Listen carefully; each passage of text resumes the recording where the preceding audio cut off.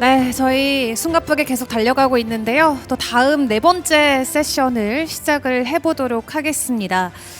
이어지는 네 번째 세션에서는 또 새로운 시장에서 새로운 기회를 찾아볼 수 있는 시간이 될 것 같은데요. 오일 머니에서 찾는 기회라는 주제로 네 번째 세션을 진행해 보도록 하겠습니다.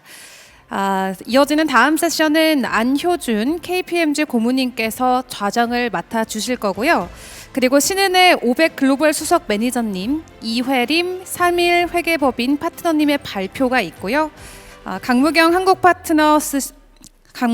한국투자 파트너스님, 권용영 쇼룩 파트너스 이사님, 그리고 전화성 CNT테크 대표이사님, 또 여기에 허재 N15 파트너스 공동 대표님을 패널로 모시고 동일하게 세션을 진행을 해 보도록 하겠습니다.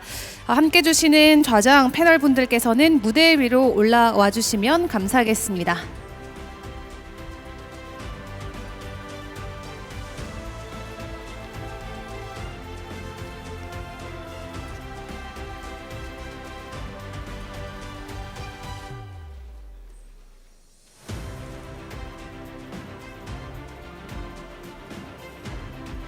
네. 여러 가지 대체 투자 자산에 대한 이야기들을 오늘 다양한 세션을 통해서 계속 이야기를 이어나가고 있는 상황입니다. 오늘 또 오일머니에서 찾는 기회라는 주제로 과연 오늘도 어떤 이야기들이 나눠질지 또 패널 분들과 또 좌장님의 이야기를 이어서 청해 듣도록 할 텐데요. 준비가 되는 동안 저희가 또 다시 한번 격려와 마음을 모아서 큰 박수 보내드리도록 하겠습니다. 박수로 시작하도록 하겠습니다.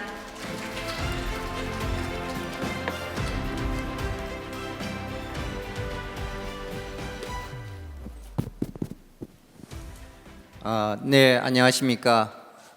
삼정 KPMG에 근무하고 있는 안효준입니다. 오늘 자장을 맡게 되어 영광입니다. 먼저 참여자분들을 대신해서 이게 초대해 주신 이델리와 곽 회장님께 감사의 말씀을 드리고 귀하신 오디언스를 앞에 두고 이런 발표를 할 수 있게 되어서 영광이라고 생각합니다. 오늘 저희들이 토론할 주제는 오일머니에서 찾는 기회, 조달과 투자가 될 것 같은데 중동 국부 펀드들이 항상 자산 다변화를 위해 가지고 오일머니를 기초로 해 가지고 투자를 공격적으로 해왔던 게 사실입니다. 그리고 특히 중동 국부 펀드들은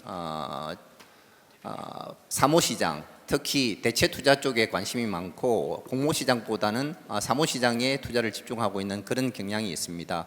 그리고 최근에 신문 기사화됐듯이 UAE 정부와 한국 정부 간의 이제 투자 협약 MOU를 체결함으로 인해 가지고 시장의 관심이 상당히 커져 있는데 이런 부분에 대해서 저희들이 좀 더 어떻게 효율적으로 펀딩과 투자 기회를 창출할 수 있는가에 대해서 오늘 집중적으로 토론을 해보도록 하겠습니다. 먼저 토론에 앞서서 참여자분들을 간단하게 소개해 드리도록 하겠습니다. 500 글로벌의 신은혜 수석 매니저님을 소개해 드리도록 하겠습니다. 안녕하세요. 저는 500 글로벌에서 글로벌 인베스트먼트 스트래티지를 맡고 있는 신은혜라고 합니다. 네, 다음으로 3일 회계법인 이회림 파트너님을 소개해 드리도록 하겠습니다. 안녕하세요. PwC 코리아에서 근무하고 있는 이회림 파트너라고 합니다. 우리 중동 센터의 딜 쪽 담당을 맡고 있고요. 오늘 발표 잘하도록 하겠습니다. 감사합니다. 네, 다음으로 한국투자 파트너스 강무경 파트장님을 소개해 드리도록 하겠습니다. 네, 안녕하세요. 한국투자 파트너스 강무경 파트장입니다. 저는 한국투자 파트너스에서 국내외 펀드레이징 및 전략기획 업무를 담당해서 진행하고 있습니다. 네, 패널 토론 열심히 잘 해보도록 하겠습니다. 감사합니다. 다음은 멀리 두바이에서 참여해 주신 쇼룩 파트너스의 권용현 이사님을 소개해 드리도록 하겠습니다. 네, 안녕하세요. 저는 중동 두바이 소재의 VC인 슈록 파트너스의 권용현이라고 합니다. 저희는 이제 중동 현지 소재 대체 투자 자산 운용사이고요. 두바이, 아부다비, 리야드, 카이로 등 총 6군데 오피스를 두고 있습니다. 저는 회사에서 크레딧 투자를 맡고 있고요. 저희가 점점 중동과 한국 간의 관계가 이제 증진됨에 따라서 한국에서의 좀 투자 활동 역시 넓혀가려고 참석하게 되었습니다. 감사합니다. 네, 다음으로는 CNT테크의 전화성 대표이사님을 소개해 드리도록 하겠습니다. 네, 안녕하세요. 저는 CNT테크의 전하성 대표라고 합니다. 또 현재 한국 엑셀러레이터 협회 협회장을 맡고 있습니다. 저희는 현재 투자 포트폴리오가 한 400개가 좀 넘는 한국에서 이제 최다 투자한 엑셀러레이터입니다. 저희가 작년도부터 사우디아라비아를 좀 주기적으로 가면서 사우디아라비아의 이제 카우스트라는 대학 등과 한국 스타트업들의 어떤 사우디 진출을 위한 여러 가지 활동을 하고 있는데요. 오늘 그런 활동들을 좀 공유 드리러 나왔습니다. 네, 감사합니다. 마지막으로 N15 파트너스의 허재 대표이사님을 소개해 드리도록 하겠습니다. 네, 안녕하십니까. 저는 M15 파트너스의 허재입니다. 오늘 이렇게 귀한 자리에 초대해 주셔서 감사합니다. 저희는 해외 진출과 관련된 다수의 어떤 엑셀러레이팅 프로그램을 운영하고 있고요. 특히 중동, 동남아에 많은 관심을 갖고 있습니다. 저희도 작년부터 아부다비를 시작으로 UAE 시장에 진출하고자 하는 스타트업의 여러 가지 지원들을 좀 국내에서 서포트하기 위한 여러 가지 노력을 하고 있고요. 관련돼서 뭐 좀 도움이 되실 수 있는 정보를 최대한 전달 드릴 수 있도록 오늘 열심히 참여하도록 하겠습니다. 감사합니다. 네, 그럼 소개를 마치고 지금부터 세션을 진행해 보도록 하겠습니다. 먼저 500 글로벌의 블레어가 프레젠테이션으로 세션을 열어주겠습니다. 박수로 환영해 주시기 바랍니다. 예. 네, 안녕하세요. 세션 4의 첫 번째 발표를 맡게 된 신은혜라고 합니다. 저는 500 글로벌에서 인베스트먼트 스트래티지를 담당하고 있고요. 오늘 Opportunities in Rising Market and Globalization Strategy, 특히 Why MENA Region이라는 주제로 발표를 하려고 합니다. 워낙 다양한 에셋 클래스들을 사용하시는 다루는 투자자분들이 많으셔가지고요. 이거 혹시 그 다음으로 네. 많으셔가지고 저희 500 글로벌이라는 벤처 캐피털이 익숙하지 않으신 분들도 있을 것 같아요. 저희는 실리콘밸리에 본사를 둔 미국계 VC이자 AC이고요. 2010년부터 테크 베이스 스타트업에 초기 투자를 많이 집행해 왔습니다. 저희가 실리콘밸리에서 투자를 집행하면서 테크 기업들의 성장 그리고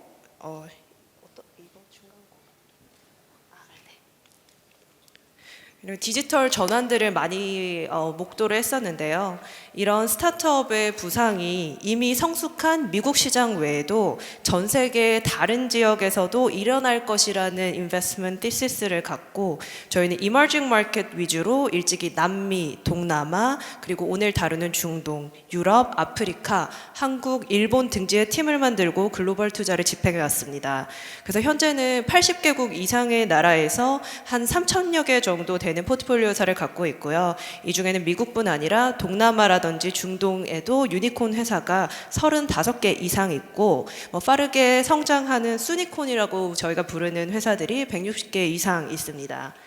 이런 것들이 가능했던 거는 저희가 전사적으로 하나의 시스템으로 긴밀하게 온라인이 돼 있으면서도 각 지역에서는 현지 전문가들로 구성되어 있는 팀을 꾸렸기 때문인데요. 이런 그룹 스트래티지의 전략적인 의사결정에 따라서 온라인 되면서도 각 생태계에 익숙한 투자팀 파트너들이 이렇게 있었기 때문에 가능했습니다. 저희는 이런 전략을 글로벌과 로컬리제이션이란 단어를 합친 글로컬리제이션이라고 부릅니다. 글로벌이라고 모두 같은 글로벌이 아니듯이 한국 내에서도 서울과 지방의 생태계가 다르듯이 각 나라의 시장과 산업과 단계에 따라서 가지각색이기 때문에 정말로 글로벌이 되기 위해서는 각 현지 생태계를 깊이 이해하는 것이 매우 중요하다는 전략입니다. 그래서 저희 하우스는 각 글로벌 팀에서 프리시드에서 시드 스테이지의 시딩을 리저널 펀드, 지역 펀드에서 진행을 하고요. 이 중에 잘 성장하고 있는 회사들을 좀 체리피킹해서 글로벌 단위의 플래그십 펀드라든지 그로스 펀드에서 팔로운 투자를 하는 방향으로 진행을 하고 있습니다. 그래서 한 국가에서 다른 나라로 진출을 하는 경우에는 공동 투자를 하기도 하고 공동 액셀레이팅 프로그램을 진행하기도 합니다. 저희가 이렇게 이머징 마켓에 집중하는 이유는 바로 앞으로 2030년까지 그리고 또 그 이후에도 이런 인도, 파키스탄, 이집트, 사우디아라비아, UAE, 인도네시아, 베트남 등의 새로운 시장들이 빠르게 성장해서 90 트릴리언 플러스 마켓으로 성장할 것이라고 보고 있기 때문입니다. 이미 이렇게 성숙한 시장들 대비 GDP도 인구 성장도 2배 이상 빠르고 무엇보다도 인구의 50% 이상이 이렇게 30세보다 어린 젊은 인구로 구성되어 있다는 것이 더 빠르게 성장하는 시장을 보여준 지표라고 생각을 했고요. 이들 이머징 마켓에서는 지난 10년간 성숙한 시장 위주로 인터넷 사용률이라든지 모바일 침투율, 유니콘 개수 등이 성장했던 것보다 더 빠른 속도로 성장해 나가고 있습니다. 그래서 다시 말하자면은 이런 이머징 마켓은 성숙한 시장 대비 기업 가치도 상대적으로는 아직 저평가되어 있고 인구 대비 유니콘 숫자도 훨씬 적고 기술 기반으로 혁신 가능한 니치한 인더스트리의 영역들이 많다는 것인데요. 이렇게 이미 글로벌 유니콘들이 등장을 하고 있지만 다가오는 10년간은 미국 외 지역에서도 더욱더 많은 발굴이 일어날 것이라고 기대하고 있습니다. 그렇다면 이번 세션으로 다시 돌아와서 흔히 Middle East and North Africa라고 하는 미나 지역에 왜 집중을 해야 되는지 간단히 보겠는데요. 중동과 북부 아프리카를 포괄하는 미나에는 우리가 잘 아는 KSA, 그러니까 사우디, UAE, 카타르 외에도 이집트나 리비아 같은 아프리카 국가들도 있고 이란, 이라크 같은 다른 중동 국가들도 포함이 되어 있습니다. 이들도 저평가되어 있는 시장이기는 하지만 이번 세션에서 그리고 저희 하우스가 더욱 집중하고 있는 시장은 걸프만에 위치하고 있는 GCC 컨트리스들인데요. 바레인, 쿠웨이트, 카타르, 오만, 사우디, UAE로 구성된 이런 GCC 컨트리들은 오일 앤 가스 리저브를 갖고 있는 흔히 말하는 산유국입니다. 그래서 높은 GDP per capita를 갖고 있고요. 2022년 기준으로 GCC GDP만 21 trillion USD였고요. 성장률도 굉장히 빠릅니다.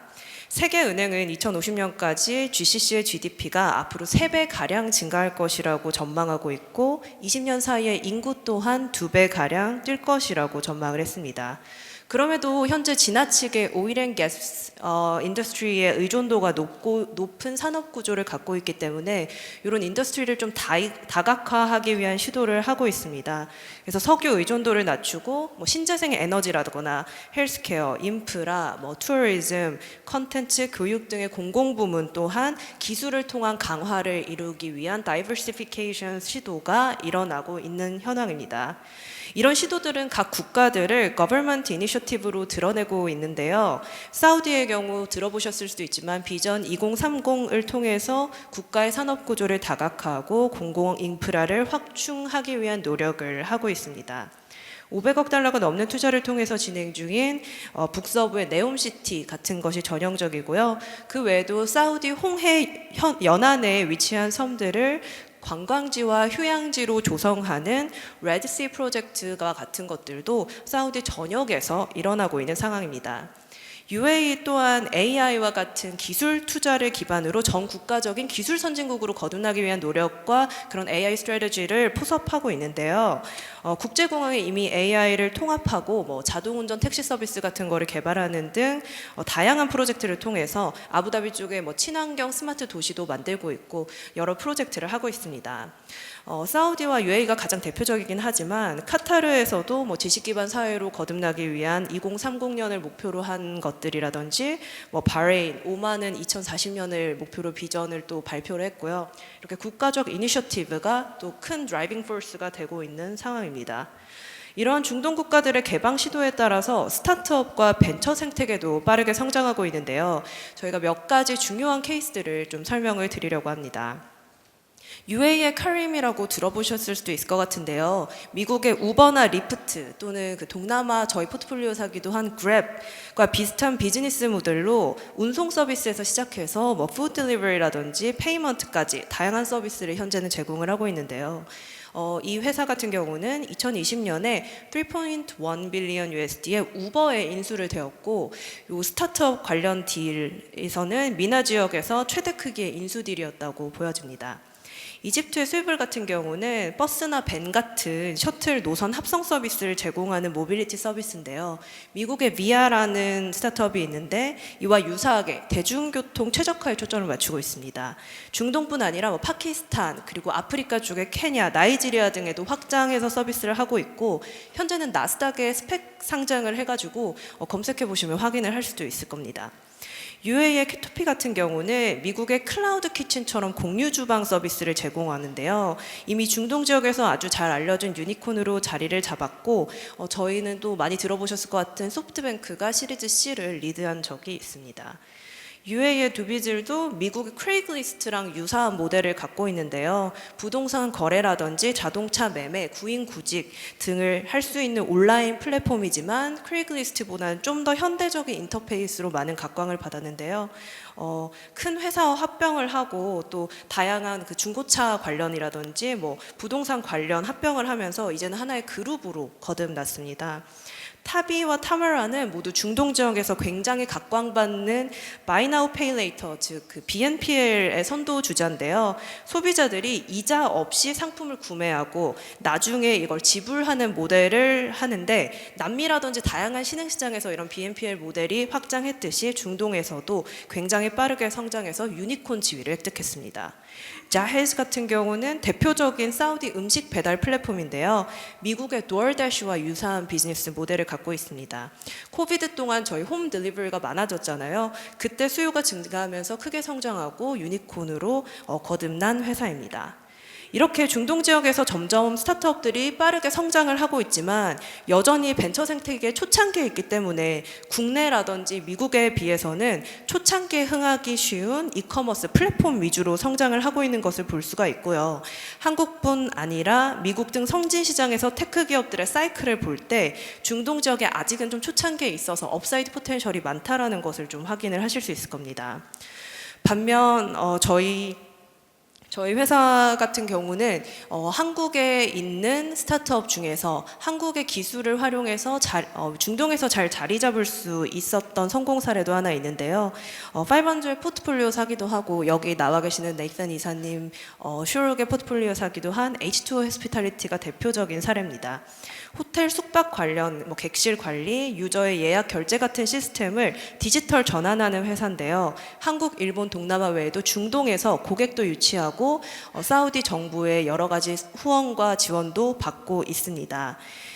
이렇게 성공할 수 있었던 것은 중동 지역에 실제 현지 기반 팀을 만들고 적극적으로 활동하고 있고, 중동 지역에 팀이 있는 저희나 슈룩 같은 하우스들의 서포트가 있었다는 것이 성공 비결이라고 생각이 됩니다. 시간 관계상 약간 넘어갈 텐데요. 사우디라든지 UAE 그리고 이집트가 조금씩은 다른 결을 갖고 있는 국가지만 모두 성장 가능성이 매우 큰 국가들이다라는 내용이고요. 어떤 섹터가 조금 더 유망할까, 어떤 섹터에 중동 벤처 시장에 관심이 많을까라는 걸 간단히 언급을 해드리려고 하는데요.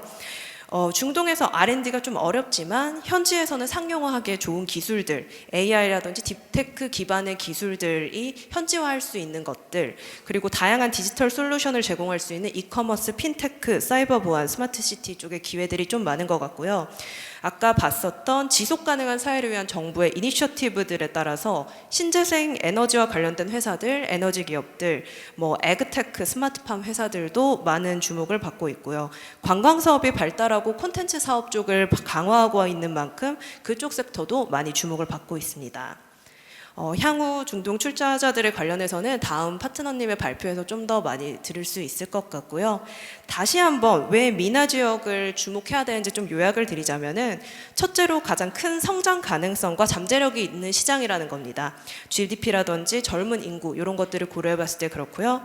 두 번째는 다른 이머징 마켓, 동남아나 뭐 이런 곳들 대비 생태계가 잘 구축되어 있습니다. 사우디에도 그렇고 뭐 UAE 허브 71이라든지 굉장히 많은 생태계들이 있고 전 세계 VC, AC, 재단, 스테이크홀더들이 모두 허브처럼 모여 있다 보니까 그 네트워크 이펙트가 많이 발휘할 수가 있습니다. 세 번째로 각 정부들이 아까 봤듯이 많은 이니셔티브와 디레귤레이션을 통해서 기업들을 많이 돕고 있습니다. 이런 것들이 인센티브로 작용을 할 수 있고 중동 지역의 벤처 시장이라든지 그 외에 다른 시장이 점점 커지는 여러 가지 요인들이 아닐까 생각이 듭니다. 그럼에도 불구하고 뭐 여러 가지 벽들이 있는데 이것들을 어떻게 극복했는지는 다음 패널 토론에서 좀 더 자세히 들어보면 좋을 것 같고요. 저희 500이 미나에서 어떻게 하고 있는지를 좀 간단히 마지막으로 랩업하면서 설명을 드리려고 합니다. 저희는 일찌감치 2012년에 중동 첫 투자를 했을 정도로 좀 일찍 중동에 갔습니다. 저희의 지역적인 전략은 사나빌 미나 엑셀러레이터 펀드로 초창기 프리시드에 투자하고 고성장 기술 기반 사업으로 투자를 진행하면서 이미 다른 미국이라든지 한국, 일본에서 성공했던 사례들을 분석해서 데이터 드리븐한 디시전을 통해서 투자를 많이 했고요.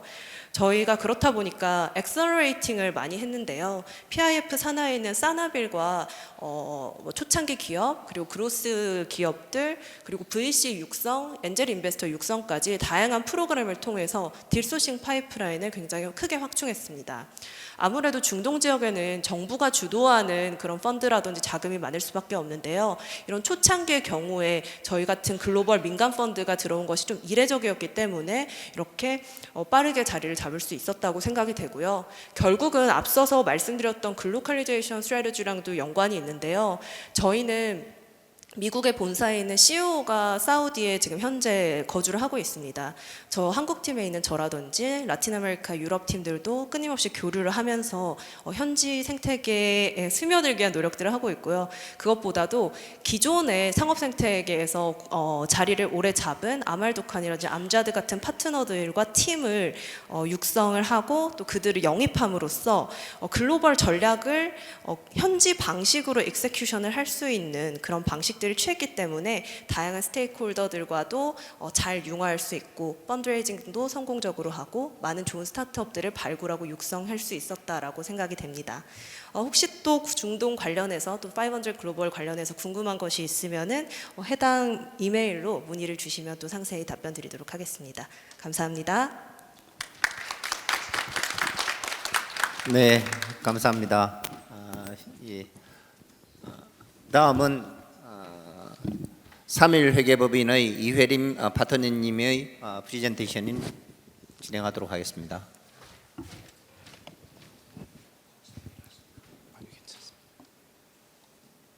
안녕하세요. 저 3일 PwC의 이회림 파트너입니다. 오늘 발표 주제는 중동 5일만의 힘을 발표를 드릴 거고요. 국보 펀드 위주로 최근 투자 동향과 그다음에 투자 기회에 대해서 말씀을 드리도록 하겠습니다. 일단 그 국부 펀드에 대해서 구분을 좀 해야 될 것 같은데요. 여러 가지 구분 방법이 있습니다. IMF에서 구분하는 거는 5개로 해서 세이빙 펀드, 스테빌라이제이션 펀드, 리저브 펀드 여러 가지 구분 방법이 있는데요. 지금 제가 말씀드리는 거는 가장 기초적인 성격에 대한 구분 방법입니다. 그래서 처음 걸 보시면은 커패시티 빌더라고 한국말로 이제 번역을 하자라고 하면 능력 강화형 펀드 정도 될 수 있을 것 같아요.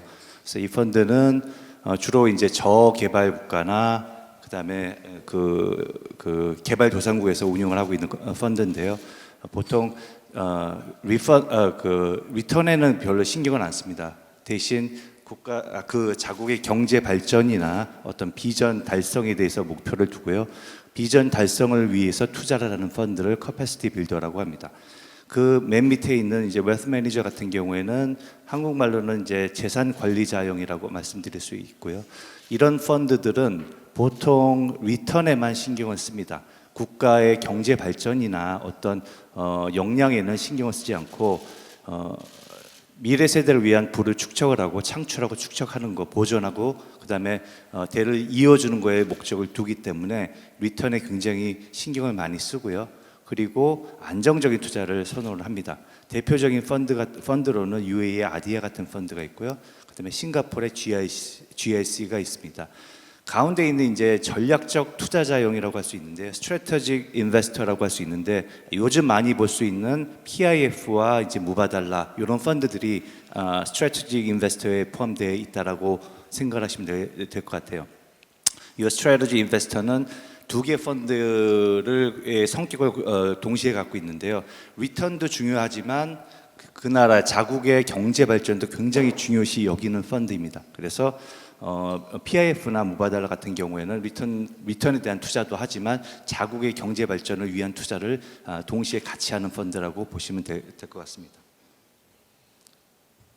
그 다음은 중동 펀드에 대해서 간단히 알아보도록 하겠습니다. 일단 UAE가 가장 많은 펀드를 가지고 있고요. 잘 아시는 아디아 펀드, 그 다음에 ICD라고 해서 Investment Corporation Dubai라고 해서 두바이 투자청, MIC라고 해서 무바달라 투자청, 그다음에 EIA, ADQ 5개 정도의 펀드를 가지고 있고요. 쿠웨이트도 쿠웨이트 투자청 KIA라고 하죠. 카타르도 카타르 투자청, 사우디는 이제 PIF와 NDF의 펀드를 대표적인 펀드를 가지고 있고요. 이 9개 펀드가 중동 GCC 국가 중에서 가장 큰 펀드로 보시면 될 것 같습니다. 그 다음은 규모에 대한 설명을 좀 잠깐 드리겠습니다. 전 세계 국부 펀드가 한 100개 정도 있다라고 보시면 될 것 같고요. 100개의 이제 운용 자산이죠. AUM이 11조 달러 정도 됩니다. 그 중에서 20개 펀드가 10조 달러로 한 80, 90% 가까이 되는 게 이제 상위 20개 펀드가 가지고 있는 AUM인데요. 그 중에서 이제 중동 지역에서 아까 설명드렸던 9개 펀드가 약 한 42%의 AUM을 가지고 있습니다. 그래서 20개 중에서 9개가 중동 국부 펀드다라고 보시면 될 것 같고요. 규모 AUM 기준으로도 42% 정도 차지하고 있다라고 보시면 될 것 같습니다. 그 다음은 중동 펀드의 투자 동향에 대해서 좀 설명을 드리도록 하겠습니다. 일단 22년까지 투자 동향을 좀 했는데요. 규모면으로 해서 2018년부터 22년까지 뭐 연평균 37%로 성장됐다라고 보시는데요. 5개년 평균을 5개년 총 그 투자 금액을 보시면 한 죄송합니다. 제가 눈이 나빠서 2,970억 달러 정도 총 투자를 했습니다. 2,970억 달러 투자를 했는데 그 중에서 보시면 아디아가 압도적으로 많은 금액을 투자를 하고 있고요. 그러지만 이제 2022년부터 과거 3개년을 보시면은 PIF와 그다음에 무바달라가 오히려 아디아를 능가하는 투자 금액으로 투자를 하고 있습니다. 그래서 최근에 이제 무바달라와 PIF 투자가 굉장히 활발해졌다라고 보시면 될 것 같고요. 그 건수 면에서도 2022년도에는 우리가 254건이고 2018년도에는 140건입니다. 그래서 총 5개년 하면 한 900여 건이 돼 있는데요. 그 중에서 MIC 무바달라가 260건으로 가장 많이 있고요. 그다음에 PIF가 260건, 그다음에 아디아가 190건으로 그다음에 이제 순위를 보고 있습니다. 개별 펀드별로 투자 금액, 건당 투자 금액은 당연히 이제 무바달라 펀드가 가장 많은 투자 건수를 했기 때문에 1억 8천만 불로 가장 건당 금액은 작고요. 그다음에 PIF가 한 3억 6천만 달러, 그다음에 아디아가 건당 투자 금액이 5억 8천만 달러로 가장 큰 금액을 투자하는 성향을 보이고 있습니다. 다음에는 투자 동향, 지역별 투자 동향을 살짝 말씀을 드릴 텐데요. 2018년부터 최근 연도까지 보시면은 대부분 다 그 노스 아메리카랑 유럽에 치중돼 있습니다. 그래서 보통 한 60에서 70%를 북미와 유럽에 투자를 하고 있다라고 보시면 될 것 같고요. 실제로 2022년도에 1 빌리언 달러, 1조 달러, 1 빌리언 달러 이상, 10억 불 이상 투자한 메가딜이 한 60여 개 있었는데요. 이 중에서 26개가 중동 펀드에 의해서 국부 펀드에 의해서 투자가 됐습니다. 그리고 16건이 북미와 아래에 있는 표가 그 내용인데요. 북미와 유럽에 투자한 내용입니다. 그래서 작은 데부터 큰 데까지 한 60~70%는 선진국에 투자를 하고 있다, 이렇게 보시면 될 것 같습니다. 다음은 우리 인베스트먼트 타입과 섹터별로 구분을 하는 건데요. 한 69% 정도가 에쿼티 투자를 합니다. 그래서 45%가 보시면은 non-listed company죠. 이제 비상장 회사 투자를 하고요. 그리고 23%가 상장 회사에 투자를 하고, 그 다음에 이제 PEF, 인프라, REF 이런 데에 투자를 하고요. 인베스트먼트 섹터로 보시면은 컨슈머 쪽이 24%로 가장 많고요. 그 다음에 리얼 에스테이트, IT, 에너지 순서로 투자를 하고 있습니다. 다음은 주요 펀드에 대해서 조금 더 자세히 알아볼 건데요. 처음에는 이제 모두 잘 아시는 아디아 펀드입니다. 아디아 펀드는 1976년도에 생겼죠. 그리고 아까 말씀드렸듯이 대표적인 웨alth 매니저 펀드입니다. 그래서 리턴에만 신경을 쓰고 부를 축적하고 다음 세대에 물려주기 위한 어떤 그런 가장 중요한 목적을 갖고 있습니다. 그래서 투자처를 보시면은 자국의 투자는 거의 안 합니다. 자국의 투자는 안 하고 해외에 있는 해외 이제 투자를 많이 하게 되고요. 그리고 우리가 2020년도에는 7,260억 달러에서 2023년도에는 9,840억 불로 AUM이 크게 증가를 합니다. 그래서 전 세계적으로 네 번째 큰 펀드고요. 중동 지역에서는 가장 큰 국부 펀드라고 보시면 될 것 같습니다. 그래서 이번에 다시 보시면은 투자 지역을 보시면은 UAE는 거의 투자를 안 합니다. 대신 북미와 유럽에 대부분 투자를 하고요. 그 다음에 이제 10%에서 한 20%, 30%까지 이머징 마켓이나 아시아 디벨롭드 아시아 컨트리에 투자를 하게 됩니다. 투자 지역을 보시면요. 보통 투자 지역이 이렇고요. 투자 형태를 보시면은 여기서는 퍼블릭 컴퍼니가 더 많이 투자를 합니다. 대부분 퍼블릭 컴퍼니에 투자를 하고요. 그 다음에 환금성이 좋은 본드에 투자를 하고요. 프라이빗 컴퍼니는 많이 투자를 하지 않습니다. 한 7% 정도 투자를 하고요. 그 다음에 리얼 에스테이트, 그 다음에 캐시 이런 데 투자를 하고요. 보시면은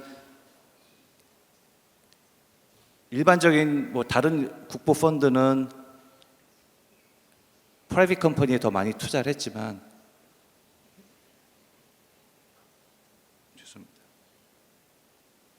우리 아디아는 퍼블릭 컴퍼니에 더 많이 투자를 하고 안정적인 황금성이 좋은 데에다 투자를 많이 하고 있다는 것을 보여줄 수 있습니다. 다음은 PIF인데요. PIF는 이제 빈 살만이 2017년 이제 2017년에 왕세자로 되고 이제 국방부 장관까지 되면서 그날의 핵심 권력으로 부상을 하게 됩니다.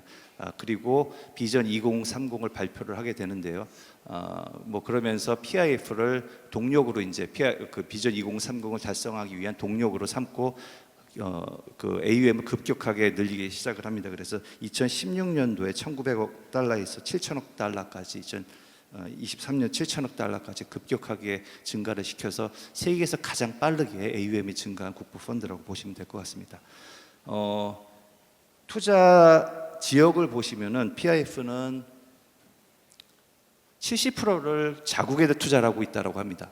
30%를 이제 해외 투자라고 보시면 되고요. 자국 투자는 아까 말씀드렸듯이 자국 투자에는 대표적인 거는 네옴시티, 그다음에 로신, 그다음에 키디아, 그다음에 홍해 프로젝트 4대 큰 국제 프로젝트가 있죠. 이런데 이제 굉장히 많은 투자를 하고 있고요. 해외에서 해외 투자도 역시 비전 2030을 떠날 수가 없죠. 비전 2030을 달성하기 위해서 선택한 13개의 산업들이 있습니다. 13개 산업들에 대해 집중적으로 투자를 하고요.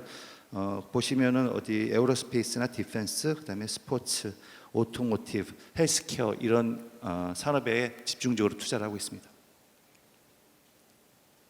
다음은 무바달라 펀드입니다. 무바달라 펀드도 급격하게 성장을 하고 있는데요.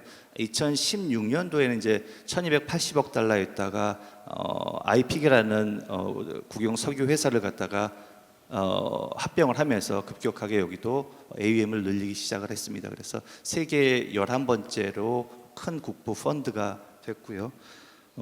투자처를 보시면은 여기는 PIF랑 좀 틀리게 그 유럽과 북미와 유럽에 대해서 한 45%, 55% 정도 투자를 하고 있고요. 자국에서는 한 3% 정도 투자를 하고 있습니다. 그래서 PIF보다는 자국 투자 성향이 좀 작고 해외 투자를 많이 한다라고 보시면 될 것 같습니다.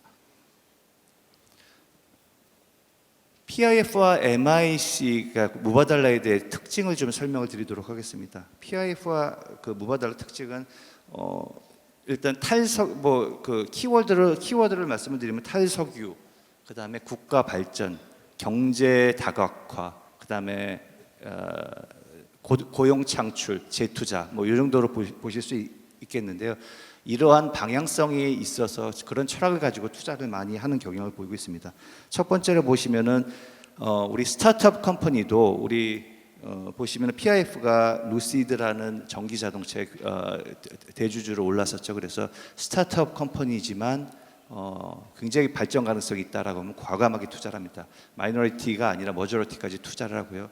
그래서 과감한 투자를 하고, 두 번째로 보시면은 IP를 투자를 하기를 원합니다. 그래서 단순하게 이제 IP는 보통 이제 엔터테인먼트나 게임 쪽인데요. 단순하게 투자를 해서 뭐 투자한 어떤 게임을 가지고 중동에다가 퍼블리싱을 한다 이런 게 아니라 본인이 직접 IP를 가지고 직접 게임을 디벨롭하기를 원하는 방향으로 투자를 하고요. 그다음에 기술도 직접 보유를 하기를 원합니다. 그래서 기술 보유 쪽으로 신경을 많이 쓰고 있고요. 세 번째는 아무래도 economic diversification이죠. 그래서 기존에 이제 탈석유화를 벗어나서 탈석유화를 해서 많은 산업을 육성을 하려고 하고 있습니다. 네 번째로는 테크놀로지 트랜스퍼랑 리인베스트먼트고요. 투자를 하고 이제 거기서 끝나는 게 아니라 조인트 벤처를 해서 그다음에 이제 자기 자국에 이제 데리고 오고 자국의 고용 창출을 하고 자국의 경제 발전을 하고 자국의 사업 다각화를 하는 쪽으로 투자를 합니다. 그래서 이렇게 PIF와 MIC는 단순한 투자가 아니라 본인의 자국의 경제 발전을 위해서 그런 포커스를 두고 투자를 많이 합니다. 마지막으로는 우리 중동 펀드들이 한국에 대한 투자한 사례들을 좀 설명을 드리도록 하겠습니다. 초기에는 이제 아람코 등이 이제 석유 쪽, 이제 오일 회사 쪽에 많이 투자를 했습니다. 그래서 많이 투자를 했고요. 그리고 아디아가 어떤 간접 투자를 좀 많이 했습니다. 그래서 삼성자산운용이나 뭐 스티인베스트먼트에다 간접적으로 투자를 했고요. 그 이후에는 이제 보시다시피 뭐 쿠팡에 투자를 하고, 그다음에 PIF가 넥슨이나 아니면 NC소프트, 그다음에 카카오 엔터테인먼트 이렇게 엔터테인먼트 쪽으로 많이 투자를 하고요. MIC 무바달라가 휴젤에다가 헬스케어 쪽으로 투자를 하고 이런 경영을 많이 보이고 있습니다. 그래서 초기에는 이제 석유 쪽에서 이제 집중이 돼 있다가 최근에 들어와서 어떤 이커머스나 헬스케어, 그다음에 게임 쪽으로 많이 확장이 되고 있는 추세입니다. 뭐 좀 재밌는 부분은 PIF가 이제 게임 쪽으로 많이 투자를 하고 있는데요. 실제로 글로벌하게 굉장히 PIF가 게임을 많이 투자를 하고 있습니다. 그래서 뭐 텐센트 투자를 했고요. 그다음에 뭐 테이크투도 투자를 했고, 뭐 액티비전 블리자드 투자를 많이 투자를 했는데, PIF 밑에 세비 그룹이라고 있습니다. 세비 게임스 그룹이라고 있는데 100% PIF의 자회사고요. PIF가 사우디아라비아를 글로벌 게임스 허브로 만들기 위해서 사비를 100% 자회사를 설립을 하고 38 빌리언 달러, 저희 38조를 디플로이를 할 예정이 있고요. 이미 8조 달러를 디플로이해서 이 게임, 그다음에 e스포츠 등에 투자를 해오고 있습니다. 그래서 앞으로는 이 사비 게임이라는 그 기업을 통해서 우리나라도 많은 게임 산업에 관심이 있지 않을까, 그래서 투자 기회가 많이 있지 않을까 생각이 듭니다. 뭐 오늘 발표는 이 정도로 하고요. 혹시 질문이 있으시면 나중에 따로 받도록 하겠습니다. 감사합니다. 네, 감사합니다. 다음으로는 패널 디스커션을 진행해 보도록 하겠습니다.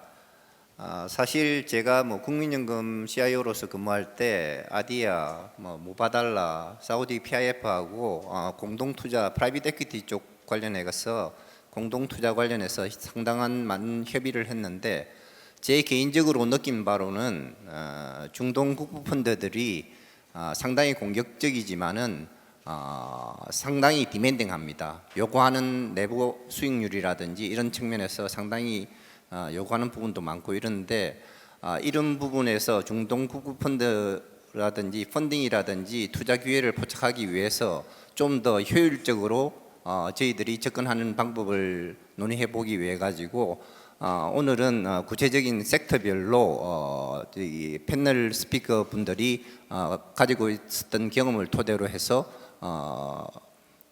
전략이라든지 이런 부분에 대해서 논의를 해보도록 하겠습니다. 먼저 국부 펀드와 중동 국부 펀드와 스타트업 부분에 대해서 경험을 많이 가지고 계신 권용현 쇼룩 파트너스 이사님의 설명이 좀 있도록 하겠습니다. 네, 감사합니다. 워낙 이제 앞선 발표자분들께서 좋은 얘기를 많이 해주셔서 제가 얼마나 첨언을 드릴 수 있을지 모르겠는데 그래도 좀 이제 중동에서 직접 일을 하고 있는 좀 현장의 생생한 경험을 좀 들려드릴 수 있도록 하겠습니다. 우선 국부 펀드들로 좀 얘기를 하자면 크게 이제 워낙 많은 얘기를 할 수 있겠지만 오늘 이제 한국 이제 투자자분들 또 LP분들의 입장에서는 크게 한 두 가지 정도가 좀 되게 relevant 할 것 같아요. 우선 첫 번째는 그 이웨린 파트너님 발표에서도 볼 수 있다시피 중동 국부 펀드들이 중동 현지 자국 산업들에 투자를 하는 비중이 최근 들어서 굉장히 늘고 있습니다. 이 한 5년 전까지만 하더라도 대부분의 이제 자금들이 해외로 가는 경우가 많았어요. 그렇기 때문에 실제 해외 투자자분들 GP들이 와서 레이즈를 할 때 중동 현지나 국가 산업들에 대해서 크게 기여를 해야 한다라는 생각을 많이 못했습니다. 그냥 우리가 좋은 회사들이 있고 좋은 투자 기회가 있고 좋은 수익률이 나오면은 그것으로 이제 충분하다고 많이 생각을 했죠. 근데 이제 중동이라는 권역 자체가 현재 최근에 들어서 되게 급격하게 발전을 하고 있고 실제 그 중동에서도 좋은 회사들과 투자 기회들이 많이 나옴에 따라서 이 국부 펀드들이 자신들의 그런 좀 정체성에 맞게 국가 산업이랑 국가 경제 발전을 해야 한다라는 인식 자체가 좀 강해지고 있고 그에 따라서 투자에 그 배분하는 그 퍼센티지 역시 좀 변하고 있다라고 생각을 하시면 되겠습니다.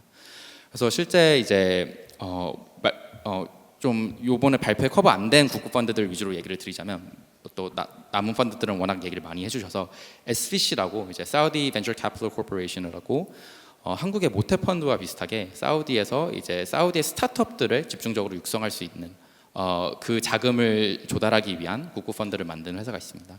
그래서 이러한 회사 이 SVC 같은 경우는 이제 사우디 자국 스타트업, 자국 테크 회사들의 투자를 하는 GP들을 선정을 하는 데 중점을 두고 있고요.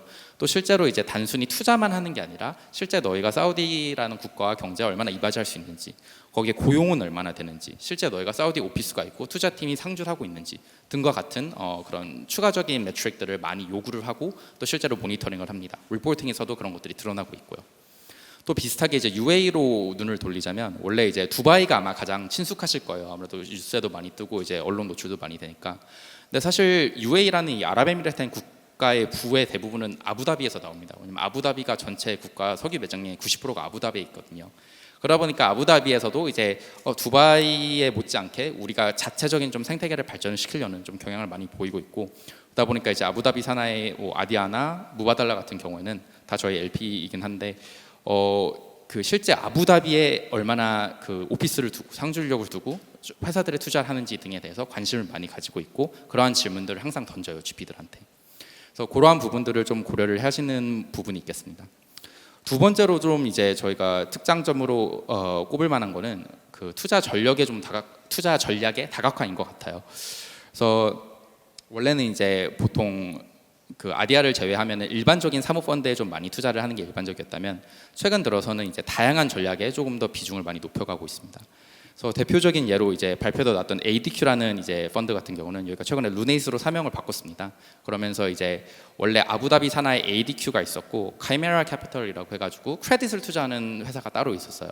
이게 조직이 이번에 통합이 되면서 한 이제 루네이스라는 펀드에서 에퀴티, 펀드, 펀드, 크레딧을 다 보는 그런 이제 다각화되는 투자 전략을 좀 구사를 하고 있고요.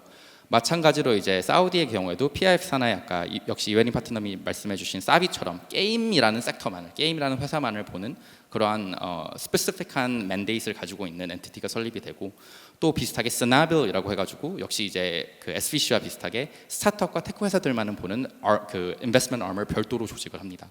그래서 이렇게 되게 구체적이고 스페시픽한 맨데이트를 가지고 있는 엔티티들의 설립과 그에 따른 투자 전략의 다각화를 이제 두 번째 특징으로 좀 꼽을 수가 있겠습니다. 스타트업 얘기는 제가 아무래도 좀 시간이 있다 보니까 혹시 시간이 남으면 더 할 수 있도록 하겠고요. 여기서 좀 넘기도록 하겠습니다. 예, 시간 제약상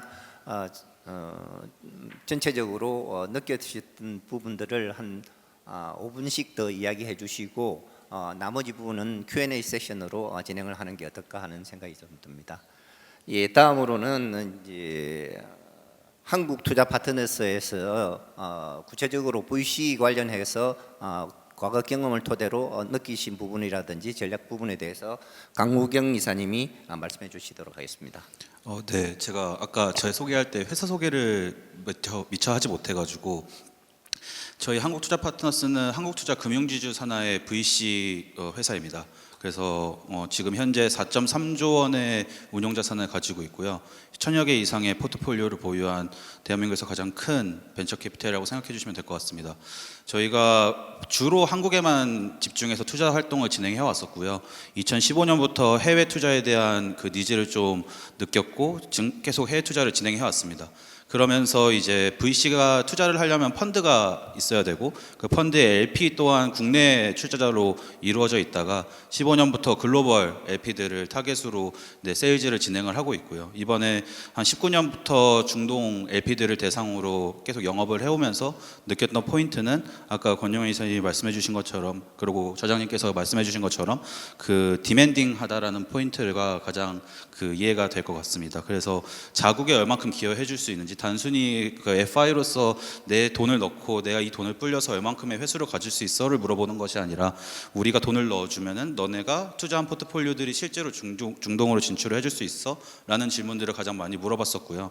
그러다 보니까 사실 그 국내 VC로서는 중동 생태계와 시장에 대한 이해도를 가장 높이는 것이 먼저다라고 생각을 했었습니다. 문화적 이해도도 높이는 것도 물론이고요. 그래서 그 부분은 사실 저희가 중동에 직접 가서 뭐 3년, 4년간 부딪혀보지 않으면은 빠르게 습득할 수 있는 부분은 아니라고 생각을 했고 그런 측면에서 슈룹 같은 이렇게 저희 그 한국 분들이 코파운더로 계시고 한 현지 VC들과의 협력이 가장 중요하다라고 생각을 했었고요. 그리고 또한 그 중동 LP들의 특징 중에 하나는 현재까지 그 에셋 클래스에 대한 익스포저가 훨씬 많고요. VC나 엑셀러레이터 같은 경우에는 아직까지는 경험이 없다 보니까 한국 시장에 대한 이해도를 저희를 통해서 좀 설명받기를 원해하는 경향도 있기 때문에 저희 민간 차원에서 그런 LP들과 GP들과 정보 교류를 좀 더 적극적으로 할 수 있다고 하면은 향후에 저희가 중동에서 자금을 유치하는 데 있어서 조금 더 도움이 될 수 있지 않을까라는 생각을 하고 있습니다. 저희도 좀 열심히 해가지고 펀딩 한번 잘 받아볼 수 있도록 하겠습니다. 네, 감사합니다. 네, 감사합니다. 다음은 엑셀러레이터에 대해서 CN테크의 전화성 대표이사님이 설명해 주시도록 하겠습니다. 네.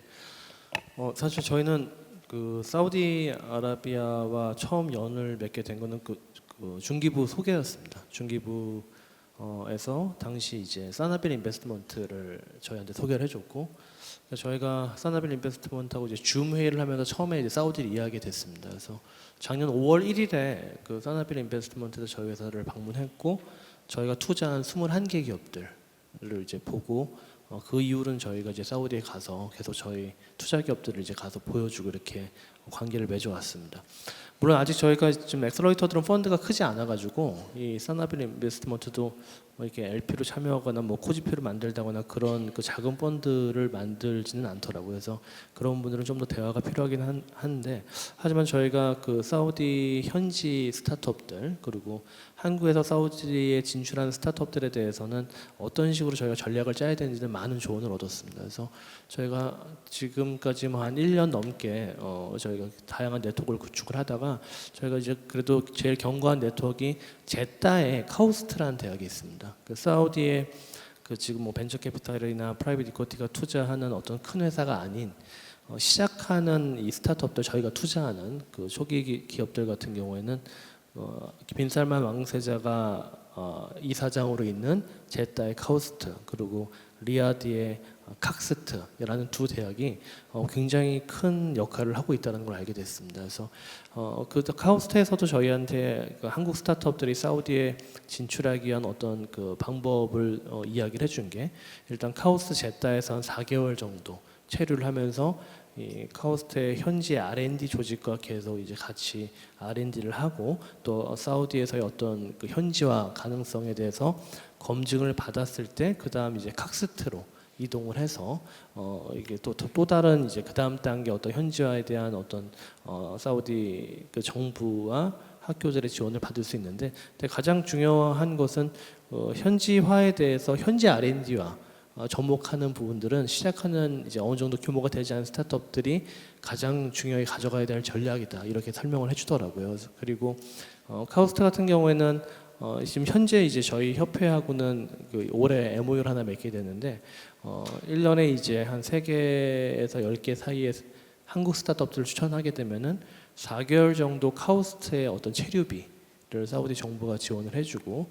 또 어느 정도 투자를 한 다음에 칵스트로 이제 추천하는 그런 패스트 트랙을 이제 운영하기로 한 MOU를 현재 지금 논의 중에 있고 조만간 체결을 할 예정이긴 합니다. 그래서 앞으로 한국 스타트업들이 이런 형태로 이제 사우디에 있는 이런 대학들과 먼저 R&D를 하면서 진출한다 그러면은 저희도 현지에서 이야기 듣기로 이제 사우디에서 어느 정도 검증된 이 프로덕트나 서비스들은 주변 국가들 뭐 UAE라든지 카타르라든지 좀 쉽게 좀 진출할 수 있다 이런 조언을 듣기도 했거든요. 그래서 그런 전략으로 저희는 계속 한국 스타트업들을 좀 진출시킬 계획입니다. 네, 감사합니다. 다음으로는 여러 섹터 부분을 전반적으로 다 고려해서 허재 N15 파트너스의 대표이사님이 발표해 주시도록 하겠습니다. 네, 안녕하십니까. 저는 그 MP15 파트너스의 허재입니다. 저는 그 이제 옆에 계신 전화선 대표님과 같이 그 국내 엑셀러레이터의 어떤 그 전반적인 산업을 같이 잘 만들어가기 위해서 같이 노력하는 하나의 어떤 구성원이라고 생각을 하고 있고요. 저희는 이제 마찬가지로 저희도 2022년 UAE 대사관으로부터 요청을 받아서 국내 이제 괜찮은 우수한 기업들을 발굴해서 그 UAE에 지원을 진출시킬 수 있는 어떤 그런 컨설팅 프로젝트를 시작으로 중동 시장에 어떤 연을 맺게 되었습니다. 저희도 작년에 한 4-5차례 이제 그 정부와 여러 가지 발을 맞춰서 이제 현지에 진출시킬 수 있는 어떤 스타트업들을 이제 발굴하고 같이 이제 나가는 여러 가지 프로젝트를 진행을 했었는데요. 생각보다 이제 오늘 여러 얘기를 들으셨겠지만 참 어떤 오일머니의 어떤 기회가 굉장히 우리에게 굉장히 어떤 설렐 거다라고 생각하는데 저는 사실 굉장히 쉽지 않다라는 말씀을 정말 드리고 싶습니다. 뭐 펀드 출자를 받는 측면도 어렵지만 사실 스타트업이 어떤 중동 시장에서 어떤 그런 큰 기회를 잡는다는 것 자체가 굉장히 여러 가지 또 저희가 현장에서 부딪히는 측면에서는 쉽지 않구나. 왜냐하면 뭐 잘 아시겠지만 스타트업들은 어떤 제한된 리소스를 기반으로 어떤 전략적인 분배에 따라 어떤 그 성패가 저는 좌우된다라고 생각을 하는데 이게 국내에서 어느 정도 자리를 잡았다라고 하더라도 그 중동 시장의 어떤 보수적인 환경, 어떤 다른 문화 그리고 시차 이런 여러 가지들을 극복하는 데 있어서는 굉장히 많은 어떤 노력과 어떤 투자가 저는 필요하다고 보고 있고요. 그 일례로 지금 그 아부다비에 위치한 그 허브 71이라고 사실 이제 초기 투자를 하는 또는 초기 기업들을 선발하는 어떤 인큐베이팅 센터라고는 하지만 저희가 그 선발된 프로그램 안에 선발되기 위해 어떤 최소 가이드라인이 국내 어떤 매출액이 한 40억 정도가 넘어야 된다고 합니다. 뭐 40억이 큰 돈이면 큰 돈, 작은 돈이면 작은 돈이라고는 하지만 그 초기 기업의 어떤 엔트리 단계에서는 굉장히 높은 저희는 허들이라고 보고 있고 그만큼 최소한의 준비된 팀이 그 이 UAE 시장 안에 또는 중동 시장 안에 진출해야지만이 조금 더 진정성 있게 이 안에서 그 사업을 영위할 수 있다. 그런 저희가 요구 사항을 상당히 많이 받아서 국내에서도 팀을 발굴할 때 굉장히 그런 부분에 있어서 좀 더 심혈을 기울이고 있고요. 만약에 그럼에도 불구하고 우리가 이 지역으로 중동으로 진출을 해야겠다라고 한다면 특히 이제 UAE 시장 관점에서는 저는 두바이보다 아부다비를 추천하고 있습니다. 뭐 앞에서도 많이 말씀을 해주셨지만 사실 두바이가 사실 어찌 보면 이미 짜여 짜여진 생태계가 너무 잘 되어 있고 사실 그 안에 훨씬 더 많은 인큐베이팅이나 어떤 투자자나 여러 가지 풀들을 만나볼 수 있지만 지금 굉장히 UAE 자체적으로는 아부다비에 굉장히 많은 시간과 에너지와 그리고 인프라와 투자를 하고 있기 때문에 어차피 같은 시간이 들더라도 아부다비 쪽에 더 많은 어떤 기회들이 앞으로는 분명히 있을 거다라 생각을 하고 있고 저희도 마찬가지로 지금 아부다비 상공회의소랑 같이 지속적으로 협의를 하면서 이제 한국의 좋은 기업들이 그 UAE 아부다비로 진출할 수 있도록 돕고 또 아부다비에 있는 또 좋은 기업들이 역으로 한국에 들어올 수 있는 그런 교두보 역할을 하려고 노력하고 있습니다.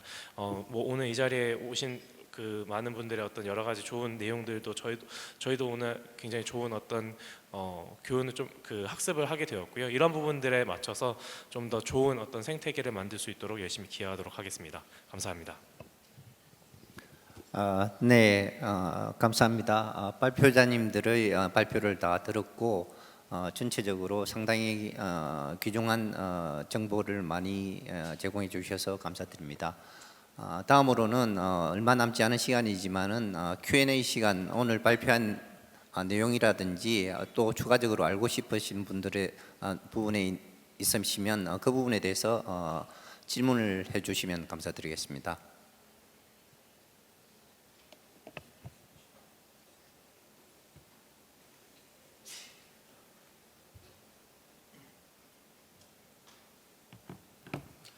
안녕하십니까. 저는 NH투자증권에서 프라임 브로커리지 업무를 맡고 있는 임기현이라고 합니다. 오늘 좋은 내용 발표해 너무 감사드리고요. 제가 자주 만나 뵙는 증권사 대체 투자하신 분들이나 운영하고 계신 분들 만나 뵈면 그분들이 최근에 하셨던 거는 그 글로벌 대체 투자 관점에서 보면은 베트남이나 인도네시아 같은 동남아시아 쪽에 글로컬라이제이션에 좀 관심이 많았었습니다. 이미 많은 증권사가 거기에서 경쟁을 하고 있고요. 그리고 그 다음에 관심은 이제 인도 시장으로 많이 옮겨가고 있는 것 같습니다. 그래서 아직 현재 지금 진출한 증권사나 운용사가 많지는 않지만 거기에 대한 스터디나 이런 게 누적되고 있는 것 같습니다. 또한 오늘 발표해 주신 미나 지역 또한 주달 관점에서 본다면 국부펀드의 중요성도 있지만 투자 관점에서 또 하나의 대안이 되지 않을까 생각이 좀 듭니다. 그래서 제가 드리고 싶은 지역은 제가 지금 대체 투자 관점에서 그 선진국 시장을 빼고 난다면 그런 베트남이나 인도네시아 같은 동남아 그리고 신흥 투자기인 인도 시장 그리고 미나 지역 세 지역에 구분해서 본다면 투자 비중이나 투자 우선순위 관점으로 어떻게 우선순위를 매기실 수 있으실지 그렇다면 그 우선순위 매기는 석세스 키 팩터는 어떤 거가 있으실지 그런 점에 대한 궁금한 점이 있습니다.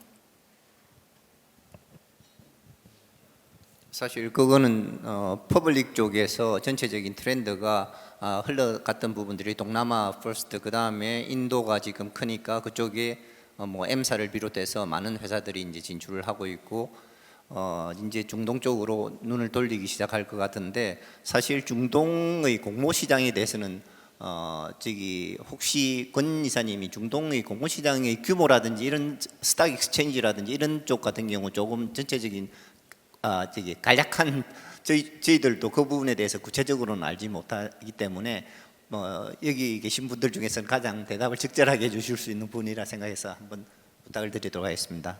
네, 저도 여기는 제 전문 분야는 아니긴 하지만 이제 크게 두 가지의 익스체인지를 둘 수가 있습니다. 중동에서 이제 아부다비하고는 ADX가 있고요. 그다음에 사우디에 타다울이 있습니다. 이제 타다울 같은 경우는 사실 규모로만 보면 굉장히 커요. 3 트릴리언 달러 정도가 되기 때문에 한국의 코스피보다도 크지만 여기서 이제 독특한 점은 그 1.7 트릴리언 정도가 이제 아람코 단독으로서 가지고 있는 이제 규모이기 때문에 실제 유동성을 가지고 있는 생태계로서 본다면은 한국보다는 여전히 작은 시장이라고 볼 수 있겠습니다. 아무래도 가장 이제 공모 시장 자체에 대한 퍼블릭 에퀴티에 대한 거는 사실 저의 이제 제가 전문적으로 말씀드릴 수는 없을 것 같고 저희 쪽에서 이제 보는 건 엑싯 이제 오퍼튜니티로서 공모 시장을 많이 보는데 그러한 관점에서는 저는 사실 포텐셜은 굉장히 높다라고 생각을 해요. 솔직하게 여태까지는 사실 IPO를 통한 중동 현지 IPO를 통한 이제 회사들의 엑싯은 많지 않았습니다. 대부분 IPO를 한다고 하면 런던 스톡 익스체인지라던가 이제 뉴욕으로 많이 가고 중동 현지에서는 보통 M&A로서 가장 많이 또는 세컨더리로서 이제 엑싯이 활성화됐었는데 이제 아까 이제 저희 모든 그 패널과 발표자분들이 말씀드린 트렌드의 연장으로서 아부다비와 사우디가 둘 다 굉장히 자국 생태계의 발전과 혁신에 박차를 가하고 있어요. 그리고 거기에 당연히 그 IPO와 공모 시장에 대한 이제 발전도 포함이 되어 있고요. 그래서 향후 5년간 이제 ADX나 타다우를 리스트라는 회사들에 대해서 굉장히 국가 차원에서 많은, 그다음에 그 거래소 차원에서 다양한 혜택과 그런 프리미엄 등을 많이 이제 제안을 하고 있고요. 실제 이런 이유들 때문에 저희가 이제 현재 포트폴리오 가지고 있는 회사들 중에서도 프리 IPO 단계에 있는 회사들은 런던과 뉴욕 못지않게 중동 현지에서 리스팅을 진지하게 고려를 하고 있습니다. 그리고 당연히 그에 따라서 이제 뱅크와 증권사들에 대한 활동도 역시 활발해지고 있고요, 관련돼서. 그래서 앞으로 이제 유동성이 많이 확보가 되고 시장이 클 거라는 거는 자명한 사실로 보이고요. 그게 어느 정도의 단계까지 이제 커질까가 좀 저희가 앞으로 지켜볼 요소인 것 같습니다. 네, 감사합니다. 다음 질문 있으시면은 말씀해 주시기 바랍니다.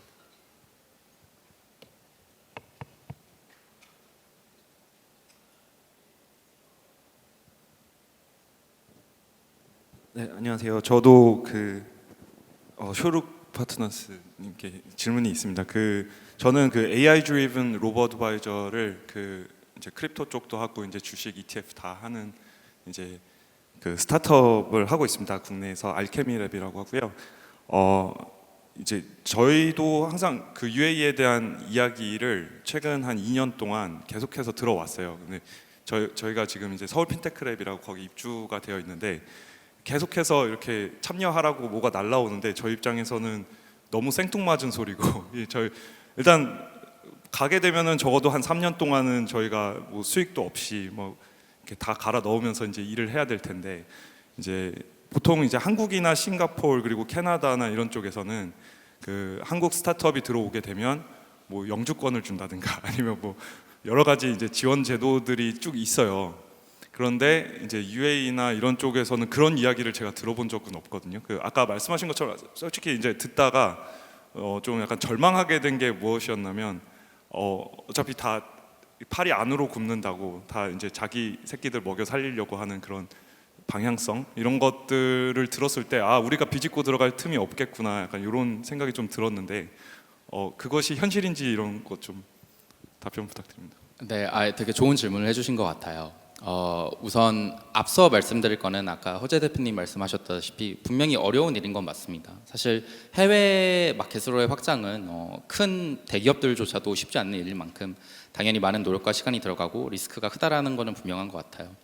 다만 이제 현지에 있는 입장으로서 허황된 얘기라고만 저는 생각되지는 않는 게 우선 몇 가지가 있는데 물어보신 지원을 예로 들어드리자면 아부다비에 헙71이라는 생태계가 조성이 되어 있습니다. 스타트업들 지원하기 위한. 허 대표님도 말씀해 주셨는데 거기에 들어오실 경우 이제 사무실은 물론이고 상주력에 대한 집까지 지원이 돼요. 그다음에 영주권은 사실 이제 영주권은 심지어 거기서 일을 하고 있는 저도 잘 받지 못할 정도로 UAE는 자국 국민 시민권과 영주권에 대해서는 엄청나게 프로텍티브하긴 한데 일반적으로 일을 할 수 있는 비자는 굉장히 쉽게 나옵니다. 즉 UAE에서 회사를 만들고 또는 UAE에서 사업을 한다라고 하면은 비자는 거의 그냥 100% 나온다고 보실 수 있고요. 그다음에 그 기간 또한 2년에서 3년 정도로 나오지 단기간으로 나오는 게 아니고 연장 역시 굉장히 수월하게 이제 가능합니다. 이거를 제가 좀 자신 있게 말씀드릴 수 있는 단적인 예가 뭐냐면은 UAE 인구가 약 1,000만 명 정도가 되는데 그중에 900만 명이 외국인입니다. 그러다 보니까 실제 대부분 들어와 있는 회사들은 외국 회사고 일을 하고 있는 대부분의 사람들도 외국인이에요.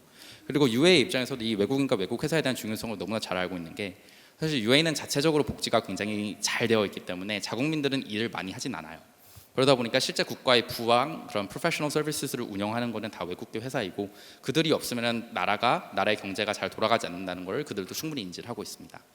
다만 이제 여기서 제가 앞서 말씀드린 국가에 대한 기여도를 많이 본다는 건 어떤 뜻이냐면은 이건 이제 좀 객관적으로 말씀을 드리자면 그동안은 외국계 기업과 외국인 투자자들이 많이 그런 중동을 한마디로 자금 조달처로만 많이 봐왔어요. 그러다 보니까 결국 돈은 투자를 받고 그거를 다 해외에 투자하는 또는 아니면 해외에서 이제 외국계 기업이 들어와도 약간 돈만 벌고 우린 나가면 된다. 좀 그런 인식을 많이 가졌었는데 그러한 인식에 대한 경계와 전환을 좀 말씀을 드리는 거예요. 그래서 만약에 정말 UAE나 중동으로서 사업을 확장을 하고 거기서 실제로 이제 고용을 하고 서비스를 제공한다라고 했을 때 너무나 그거는 환영을 하고요. 그러한 이제 국가 경제에 외국계 회사나 기업이나 기술이 들어오는 것 자체를 근본적으로 싫어하는 건 전혀 아닙니다. 그냥 그런 태도와 약간 그런 이제 인식의 문제가 어떻게 비춰지냐를 좀 스마트하게만 접근할 수 있다면 제 생각에는 큰 문제는 아니라고 생각합니다. 네, 답변 감사합니다. 예, 전체적으로 이제 시간이 다 된 관계로 저희 랩업하는 측면에서 간단한 코멘트하고 마치도록 하겠습니다. 그리고 필요하신 분들은 저기 컨택 인포메이션을 저기 받으셔서 이메일이나 다른 통신 수단을 통해서 추가 질문을 해주시면 감사하겠습니다. 사실 중동 시장이라는 게 어려운 시장임은 분명합니다. 문화적인 측면이라든지 언어적인 측면이라든지 여러 가지 어려운 측면은 분명한데 거기에 그 어마운트 측면에서의 그런 매력적인 시장이라는 것은 분명하게 부인할 수가 없는 상황입니다. 그리고 그쪽에서도 상당히 조금 공격적으로 특히 뭐 저기 다변화 측면에서 한국 시장 쪽에서도 눈을 많이 돌리고 있는 건 사실인 것 같습니다. 그렇기 때문에 이런 부분에 대해서 관심을 가지고 적극적으로 팔로우 하시는데 조금 이 세션이 조금 도움이 되었으면 하는 바람이고요. 앞으로 추 질문이 있으시면은 기타 추 컨택을 통해서 질문을 통해서 답변을 받으셨으면 감사하겠습니다. 오늘 토론에 참석해 주신 토론 참여자분들한테 다시 한번 감사드리고 경청해 주신 오디언스 분들께 감사의 말씀드립니다. 그러면 이 세션을 마치도록 하겠습니다. 감사합니다. 네, 수고해 주신 모든 패널분들 진심으로 감사드립니다.